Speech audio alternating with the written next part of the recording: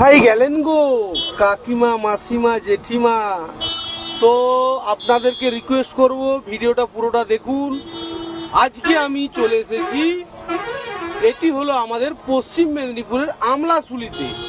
অনেকে আপনারা ভাবছেন যে কি না কি করেছে আমলাশুলিতে, কিন্তু না, যে দেখলাম প্যান্ডেলটা একটা ইউনিক ব্যাপার, একটা নতুনত্ব ব্যাপার, একটা পুরোনো দিনের কথা মনে পড়ে গেল। খুব সুন্দর করেছে। তো যারা ভাবছেন যে কি এমন না কি করেছে, আপনারা যান, খুব সুন্দর করেছে প্যান্ডেলটা। তো প্রত্যেককে বলবো যে আপনারা বাড়িতে বসে দেখুন, আমার সাথে দেখুন। আপনাদের জন্য কাঞ্চন আছে 2025-এ যত যেখানে প্যান্ডেল আছে, ঠাকুর আছে, সব আপনাদেরকে দেখাবো। আর সব থেকে বেস্ট কোয়ালিটির আমার প্রতিমা লাগলো, সেটা হলো আমলাশুলিতে।